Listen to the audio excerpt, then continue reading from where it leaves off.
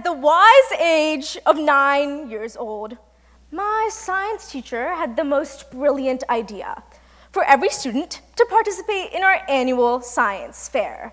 Now, the only thing uglier than those bangs was my desire to win. And so, I walked confidently to the judging panel, hoping to wow the judges with my amazing, creative research question. How does a glow stick work? Unfortunately, the judges weren't impressed. As I went to check the results, I realized I had placed dead last. And I was furious. But when I looked at my judge comments, they all said one thing. I'm sorry, Shree, your idea just isn't creative.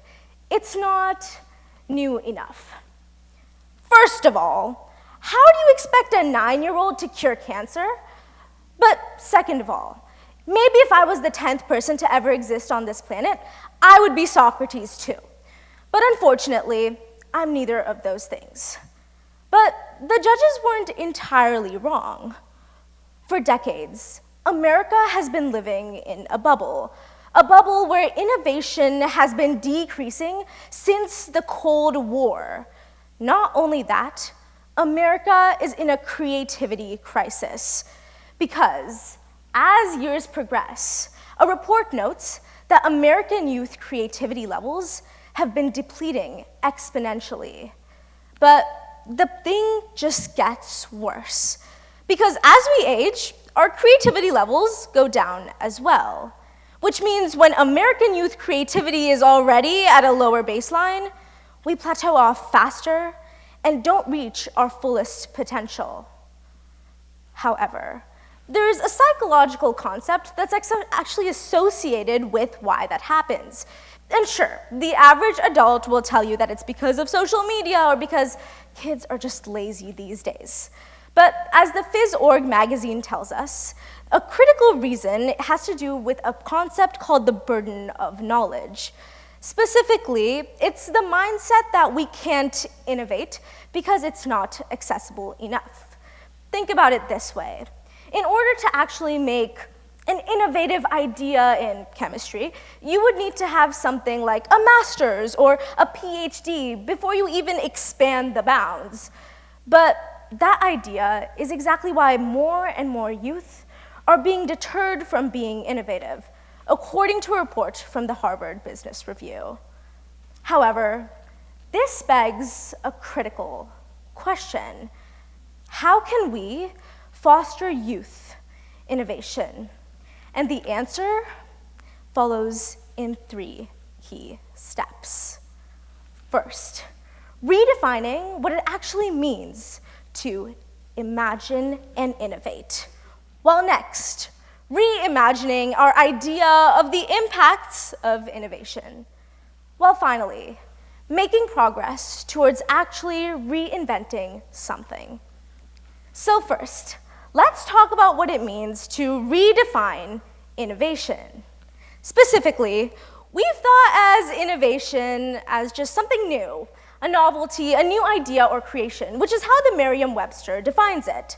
But we as a society have been thinking less innovation and more invention and entrepreneurship. Specifically, a conjoined article from the University of Oxford and Rochester have showed us that there's actually 3 key distinctions to make that often get blurred: invention, innovation, and entrepreneurship. Innovation is the idea that we're creating, that novelty of having something new.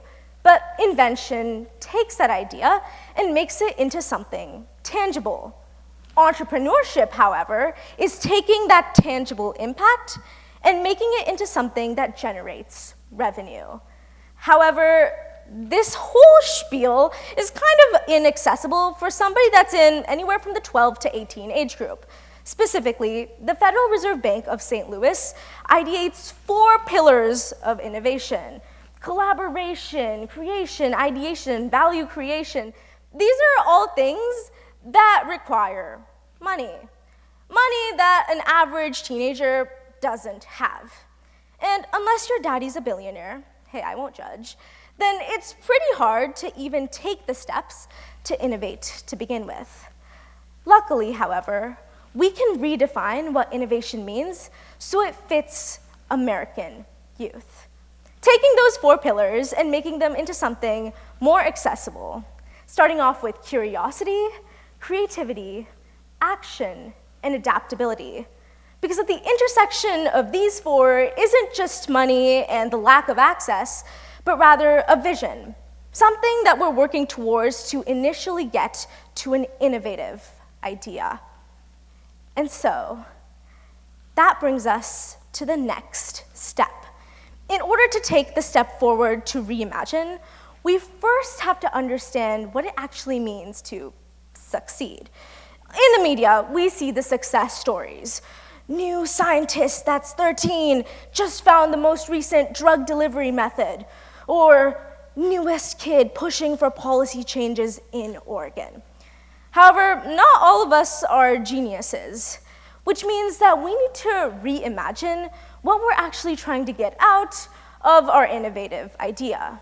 So, no, this doesn't mean just doing things to put on your college app or to get the award that you've always wanted, but rather to actually think outside the box in a smaller scope, even for your community, or if that means trying to eventually gain it for better change in a society. But this actually targets 2 pillars of our redefined innovative idea: curiosity and creativity, eventually intersecting to get us to a vision. The Harvard Center for Education tells us in a report from 2022 that the reason that youth are viewed as lazy is because over 58% of them don't find meaning in the work that they do. But in order to create a vision, we must reimagine what it actually means to succeed to begin with. This means asking 2 key questions. First is what if? What if anything?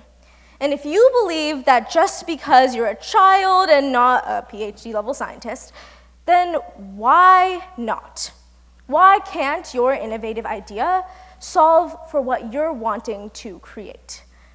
And once you've done that, we can take the final step, reinventing what we'd like to innovate. Now, making it happen is hard. It's easier said than done, and often there's barriers for making it happen. But again, if it's the success stories that we see, that means behind them, there's ways that people work hard to actually get there. But this actually targets our 3rd pillar, action. Making it happen doesn't mean creating something tangible like an invention, or even garnering money from it like in entrepreneurship, but rather taking action from that idea and trying to create it into something new. But of course, like any cliche TED Talk, you'll also hear the story of failure. Because the truth is, innovating anything isn't a linear process. It hinges on critical things like adaptability, which is where we get our 4th pillar. Now, here's the thing. The world isn't constant, and nothing is going to stay the same year after year, which means even if you succeed and get your innovative idea to even entrepreneurship, the world is constantly changing, and so will your innovative ideas. Well, that's happened to me. When I was 9, I failed at science fair time and time and time again. But unfortunately for me, and fortunately for them, I didn't give up. And despite failing year after year, eventually, I was able to speak at the American Chemists Society about my research to PhD scientists and postdocs. But something that I was able to take away from them is that they were willing to listen to the innovative ideas of today's youth. And as UNICEF points out in an article from earlier this year, it's youth innovation that we must foster to actually create a change in today's society. But let's step away from STEM real quick. It's really easy to see the scientific innovation in today's society. But I was fortunate to be a part of a nonprofit called Women in Debate. Now a 501c3 that's raised over $40,000 for gender minorities in debate. But that's just the success story. Behind the scenes, they started off as a school club with minimal members. But eventually, they've learned to broaden their horizons, worked through the failures, and tried to implement a change in their community. Even though it's not a big step forward, it's those little steps that got them to where they are now. The innovative idea that turned into the invention. So, with all 4 of these key pillars, we can now narrow the scope into something that would actually help foster innovation for the youth. But the truth is this: we can't take big leaps if you're 5 foot tall and only like 12. Instead, it's small steps with consistency that make the large impact. So whether you're in your first step of trying to redefine what innovation means for you, or trying to reimagine what your innovative ideas can do to succeed in your community, or even taking that step and reinventing something new, ask yourself this question: how can we step forward? Thank you.